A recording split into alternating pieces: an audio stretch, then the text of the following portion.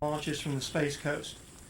Well, it's not unusual during the last 50 years to experience launch delays, so in the finest tradition, I have our start time at 9:35.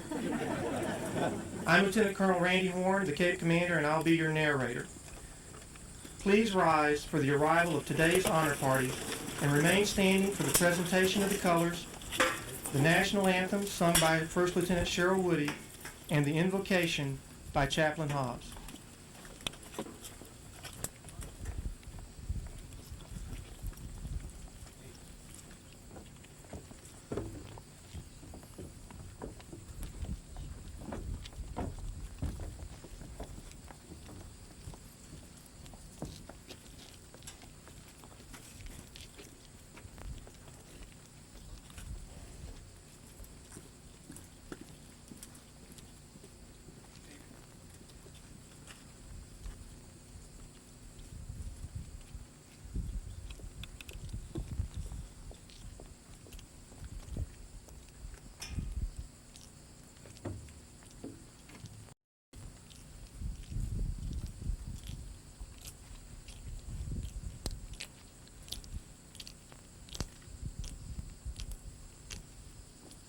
Colors turn.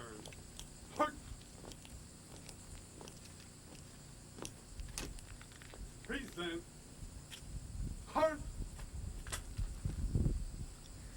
Oh, say, can you see by the dawn's early light what so proudly we hailed at the twilight's last gleaming, whose broad stripes and bright stars through the perilous fight o'er the ramparts we watched were so gallantly streaming, and the rocket's red glare, the bombs bursting in air, gave proof through the night that our flag was still there. Oh, say, does that star-spangled banner yet wave o'er the land of the free and the home of the brave? Order. Hunt. Colors turn. Heart.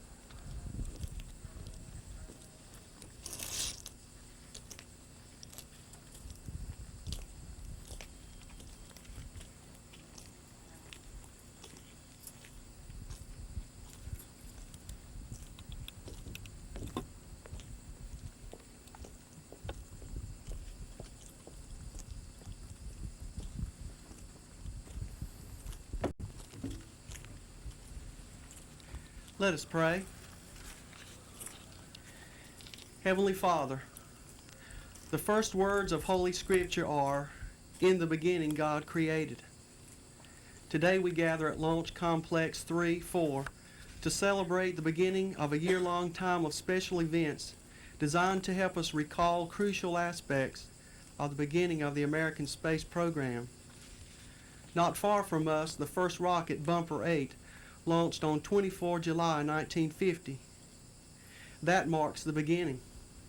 Remind us that the spirit of cooperation and the dream to do the impossible enabled Americans to land on the moon, to study the stars, and to devise better means of communication. Allow us to keep dreaming and to continue working so that 50 years from now, people will gather once more at Cape Canaveral and say, in the beginning of Americans' quest for a better life, they propelled themselves to space from these beaches. They dreamed of a world without gravity and boundaries. They discovered by working together, no mission is impossible. Bless our gathering this day. Amen.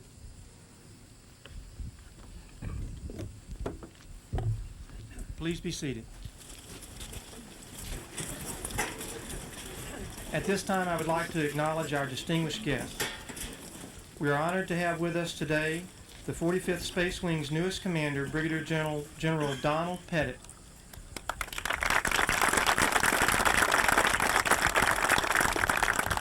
Congressman David Weldon, U.S. Representative from District 15. The Honorable Frank Brogan, Lieutenant Governor of the State of Florida. Mr. Roy Bridges, Director of the John F. Kennedy Space Center. And Mr. Ed Gormel, Chairman of the 50th Anniversary Committee.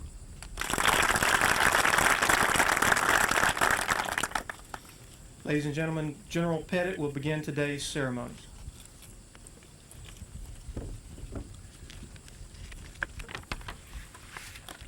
Well, what a great day. Let me first start by recognizing, I think, what a tremendous rendition of the national anthem that was by Lieutenant Woody. Thank you. That was terrific. And the Honor Guard is always superb to any event. It adds a new dimension to these things. And finally, Chaplain, I think you said all there needs to be said. I'm not sure there's any more I could add to that. I mean, you sort of covered the whole thing. It was really wonderful. Well, good morning, and I'd like to welcome everyone to Cape Canaveral Air Station. Congressman Weldon, Lieutenant Governor Brogan, Mr. Bridges, and other partners from NASA are out here in the audience today, and Mr. Gormel, representatives of the civilian communities that surround this wonderful base of ours.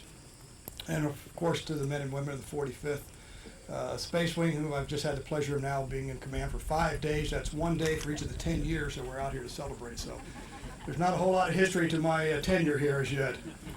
But it is a pleasure to join you here in this observance of our space and missile heritage. This morning we begin a year-long celebration commemorating 50 years of launches from the Cape. And the first one right over here. So it's not very far away, and that's what we're here to do. The place in history here is indeed inspiring. I've driven it, and I've flown over it last week, and you can't help but get the feeling of the events that have transpired here, and it gives you just a tremendous sensation of accomplishment of we, the Americans, and the U.S. space industry. It's like revisiting some of the greatest moments in history.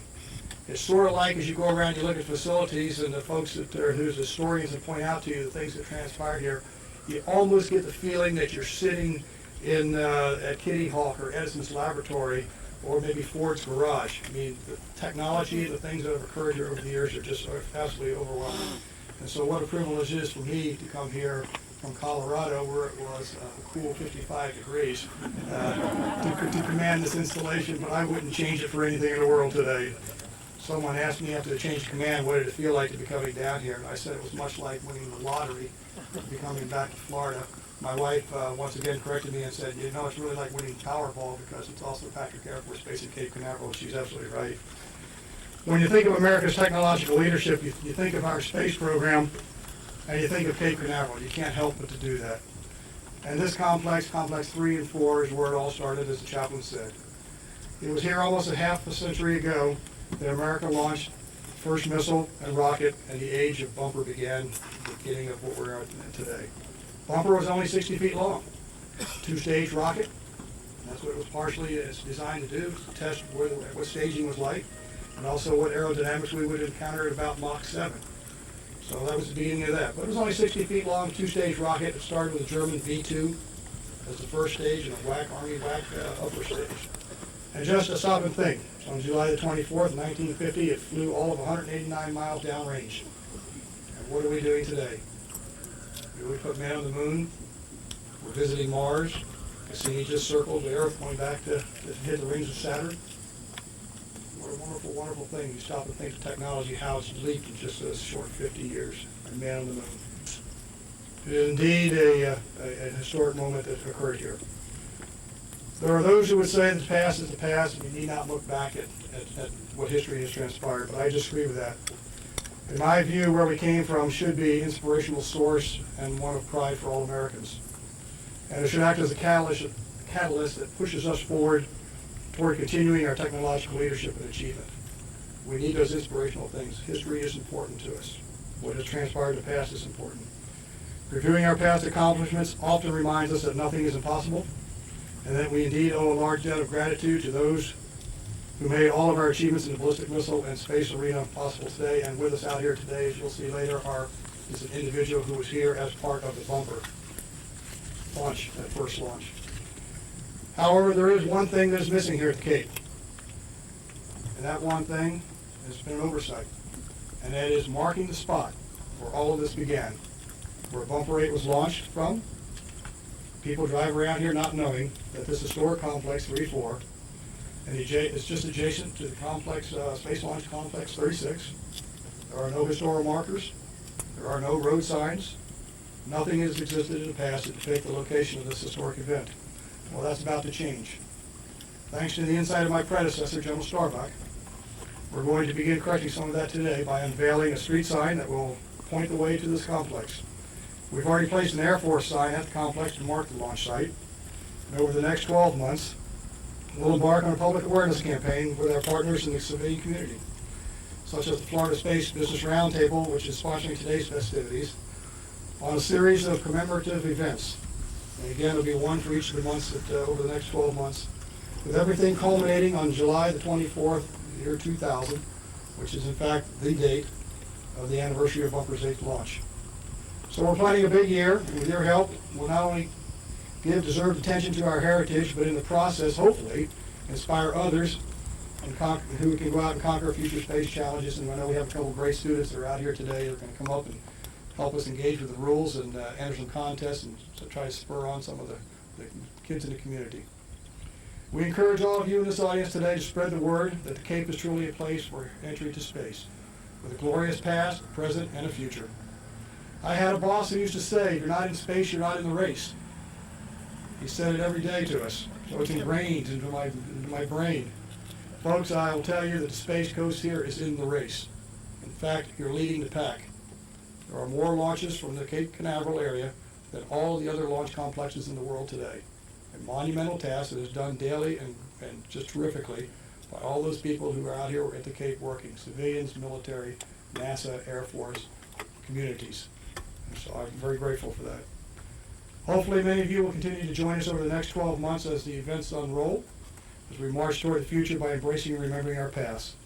It's going to be a great year. I'm really looking forward to getting to know as many of you as possible over this next 12 months. And look forward to being a member of the team, and hope you'll join us at these events over the next 12 months. Thank you very much.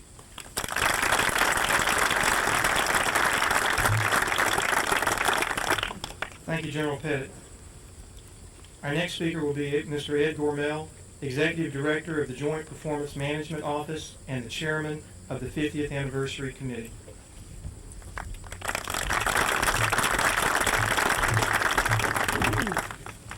Thank you, Colonel Horn. Ladies and gentlemen, distinguished guests, it's certainly a beautiful morning to be sitting out here recognizing our tradition, our heritage, our past, and looking toward the future. We're here to kick off a year-long activity. Events that commemorate the historic 50 years of Cape Canaveral, launches from the Cape. Today we recognize the first launch, Bumper 8. We're going to unveil a 50th anniversary logo and officially designate a street recognizing the Bumper 8 launch. We're also going to give our future, the students of America, an opportunity to be part of that. And we are very serious about wanting their involvement. That's why we worked hard to get this student contest in place. We're also officially releasing a year-long schedule, and General Pettit mentioned some of those events, but there's going to be luncheons, there's going to be golf tournaments, there's even going to be a jazz festival, going to be a memorabilia sale.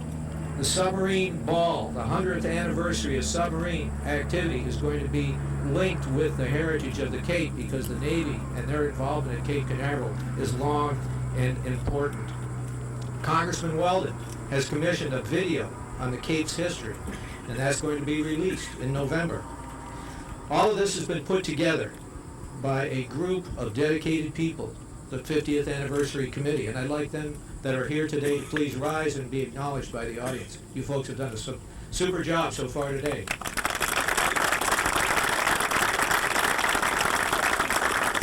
This committee was organized by the request of General Starbuck. He asked me to put together a joint team of government and contractor personnel and community involvement to tie these events together. We started about 3 months ago, and with an idea. Today, we are well organized, in place, and I really appreciate the efforts of everyone who has touched this activity.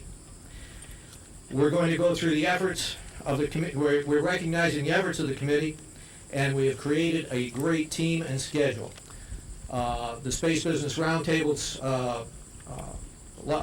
activity this morning over in Hangar C will provide you the opportunity to find out more about them. We're going to have schedules in place over there. So at this time, all I want to ask of you is to stay engaged, partake in these events, and be part of the history, the past, and the future of Cape Canaveral. Thank you very much.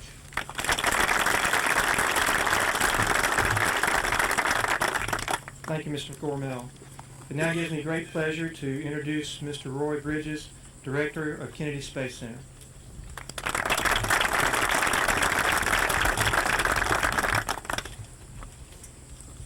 Thank you very much. Good morning. I'm very honored to represent the National Aeronautics and Space Administration today at this celebration.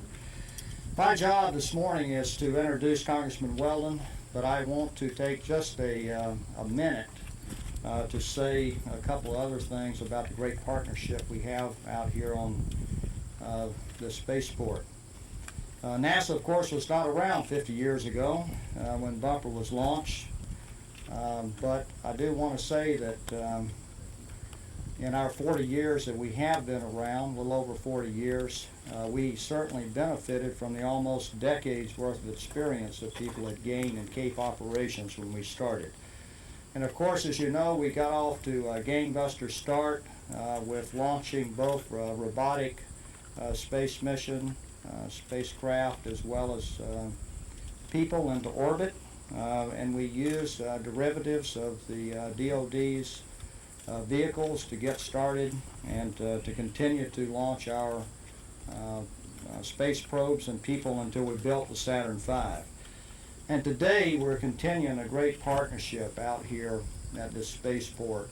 This last year, of course, we jointly competed and now jointly manage our base operations and support contract that supports NASA, the Air Force's 45th Space Wing, and of course the Navy's Naval Ordnance Test Unit.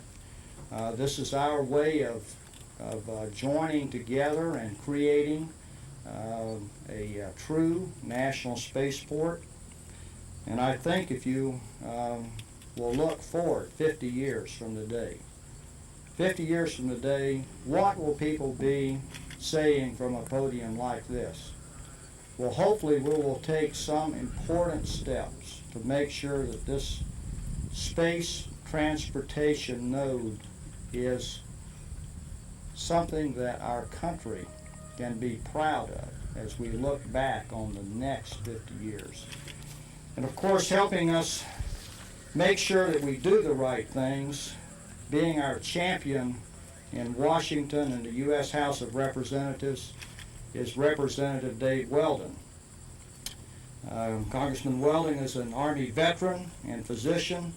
He was, of course, elected to serve our 15th district as our congressman in 1994 and was re-elected for his third term in 1998. Dr. Weldon has worked to balance the federal budget and promote pro-family policies. He's a recognized leader in space issues and has fought to keep our space program and the Cape Canaveral Spaceport. By the way, that's a new name that we have coined as a result of our partnership between Boeing, Lockheed Martin, NASA, the Air Force, and the Navy, and one that we hope will stick. But he has helped keep this Cape Canaveral Spaceport vibrant and moving forward from his position on the House Science Committee. Please join me in giving a warm round of welcome applause to Congressman Dave Weldon.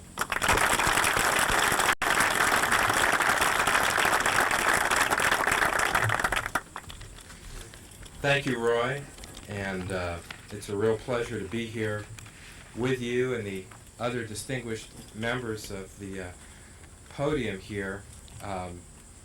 Before I say anything more, though, I want to extend my personal thanks to Ed Gormel and the team of people that are working with him, and let's give them another round of applause if we can. It's really events like these that add texture to the fabric of our community here on the Space Coast. Although the bumper launch itself is a crucial milestone The real strengths of the Space Coast, and indeed our entire nation's space program, are the people sitting not only at this stage but in the audience today. The technical and engineering achievements both then and today pale in comparison to the personal commitment of the people who have sacrificed for and contributed to the exploration and development of space. Space exploration is a human endeavor, and anyone that has ever witnessed a Saturn V launch or a space shuttle launch implicitly understands the value of sending humans to the stars. It is the image of the lone footprint on the moon, and hopefully similar images of footprints on Mars and other planetary bodies that stir the imagination and give us hope for the future. We're fortunate to live in a state that routinely makes history and is the world's premier gateway to the universe. And we are equally fortunate to have public officials at all levels that understand and support this important endeavor we call the space program. From city councils to the U.S. Senate, Florida's elected officials continue to demonstrate a commitment to the exploration and development of space. This is not to say we don't have a lot of work ahead of us, and any of you who have been following the budget debates in Washington know that I have a lot of work ahead of me as well. But as the space program enters an exciting but perhaps uncertain time, it is the state governments and the commercial sector that will have ever greater roles and responsibilities in all aspects of space exploration. Florida has stepped up to the challenge and has committed financial resources to several exciting projects. And the governor, Jeb Bush, has identified one of his most important resources in this effort, his Lieutenant Governor Frank Brogan, whom I have the privilege of introducing to you this morning.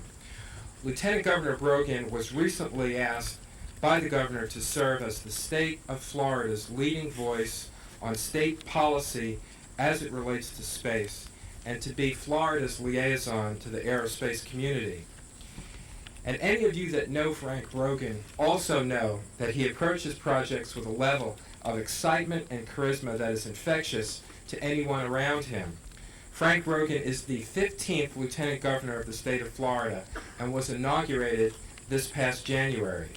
Many of you had the opportunity to work with the Lieutenant Governor when he served as Florida's Commissioner of Education, where he made tremendous progress in raising academic standards for students and was honored numerous times for his commitment to all levels of education. He has carried that level of commitment into the governor's office and is committed to refocusing education and making further improvements in our state's school system. And now, with his new assignment, he is committed to bringing a cohesive space policy to the state. And I am very excited about the opportunity of working with him in the future to create a strong state and federal team to further strengthen Florida's future in space. Please join me now in welcoming Lieutenant Governor Frank Brogan.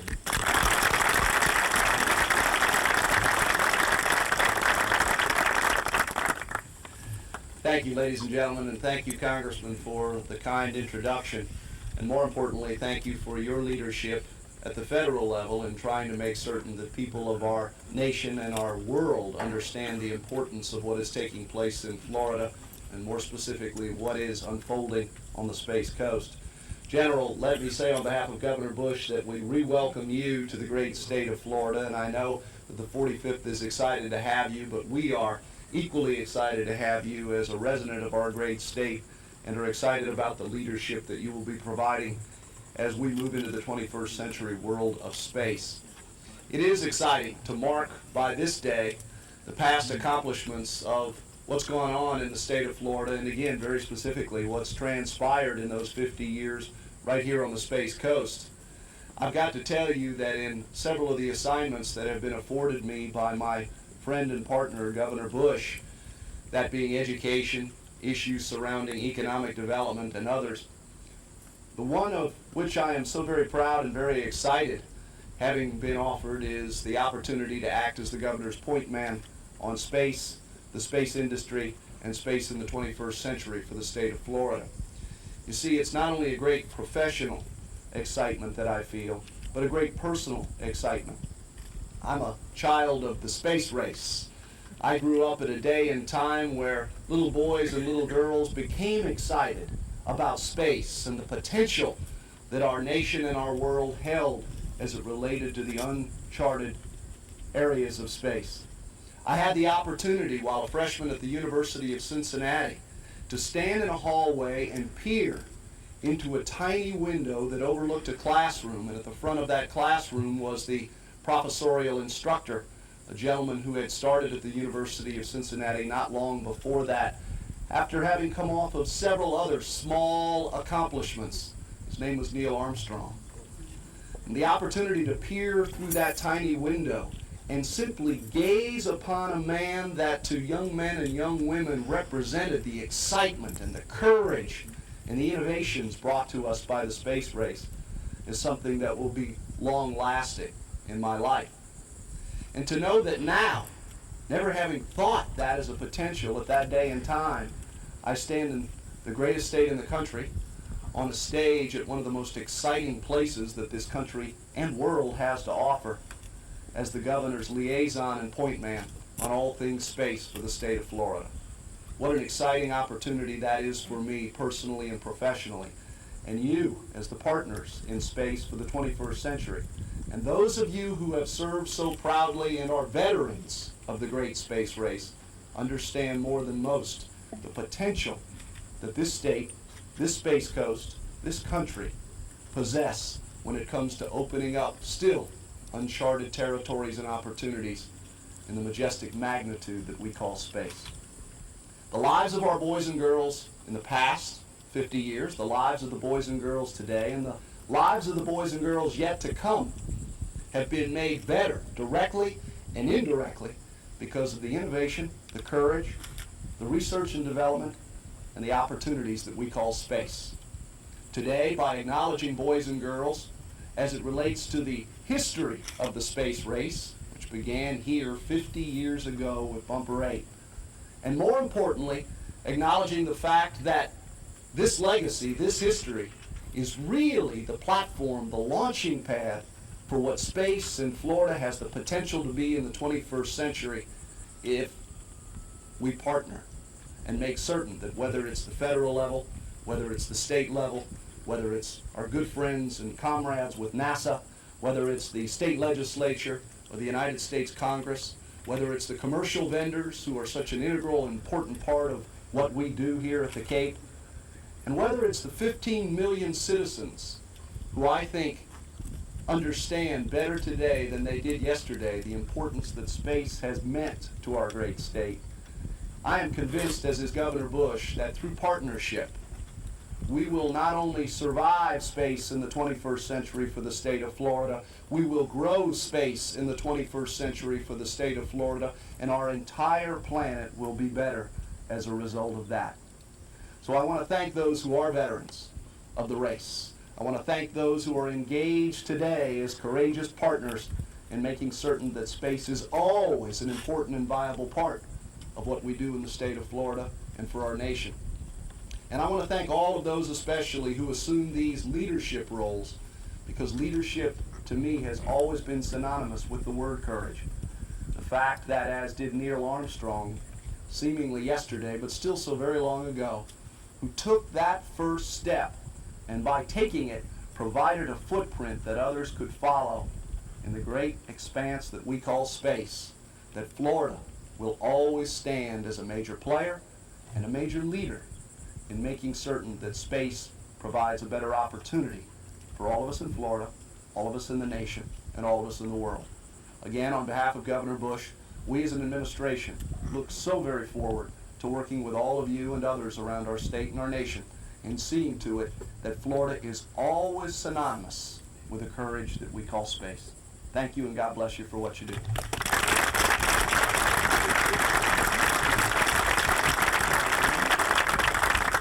Thank you, Lieutenant Governor Brogan. Next, we have a special announcement for the students of the state of Florida. In conjunction with the Space Walk of Fame we are soliciting student designs depicting 50 years of launches from the Space Coast. The winning design will be placed in granite and become one of the attractions at the Space Walk of Fame in Titusville. In addition, a $1,000 savings bond will be presented to the winning student. All students in grades 7 through 12 are eligible. Students Sufi Majid of Titusville High School and Kayla Kaiser of Our Savior School, representing the students of Brevard County, will now come forward to accept a copy of the contest rules from Lieutenant Governor Brogan.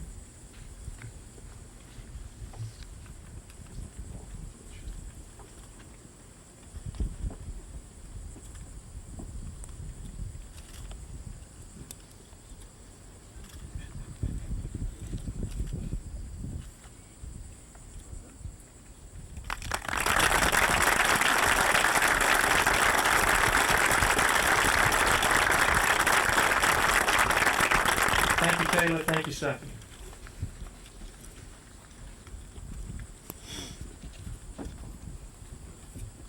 We are fortunate to have with us today Ms. Darlene Egley, a talented graphics artist who designed a wonderful logo for this year's celebration.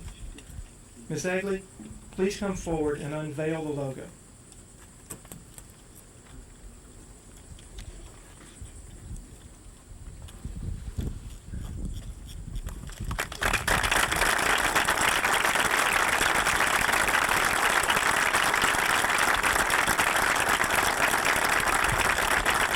Ms. Egley's design contains a great deal of symbolism. The 5 stars represent 5 decades of launches. As Bumper 8 launches from the Cape through 1950, it represents all past launches. A stylized arrow passing through the year 2000 represents our future launch programs. Around the top edge are the locations of all Space Coast launches for the past 50 years. And yes, we even had one at Patrick Air Force Base. At the bottom are the words scientific, military, and commercial, representing the 3 major types of launches. This logo will be placed at the entrances to Cape Canaveral Air Station, Patrick Air Force Base, the Air Force Space and Missile Museum, and the Cape's press site. Thank you, Ms. Egley.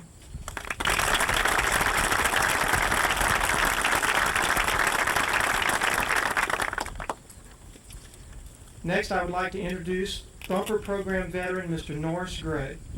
Mr. Gray worked on the bumper here at Cape Canaveral's Joint Long Range Proving Ground. The entrance to this complex has been unnamed for many years. It is fitting that we now name it in honor of the first program to launch from Cape Canaveral, and it is fitting that we have a veteran of that program to perform the honors. Mr. Gray, please proceed with the unveiling.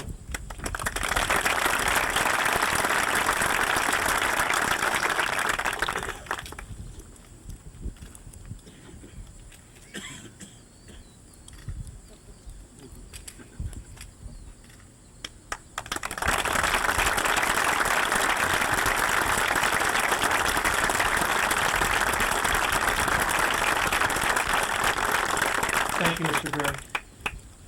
Now, Mr. Bud Gardner, Chairman of the Florida Space Business Roundtable and the host for today's reception, would like to say a few words.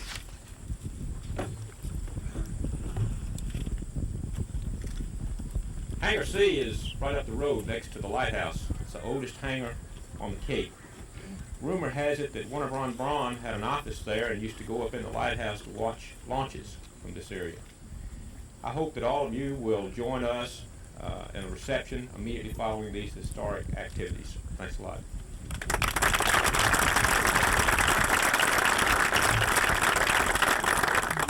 Ladies and gentlemen, please rise for the departure of the honor party.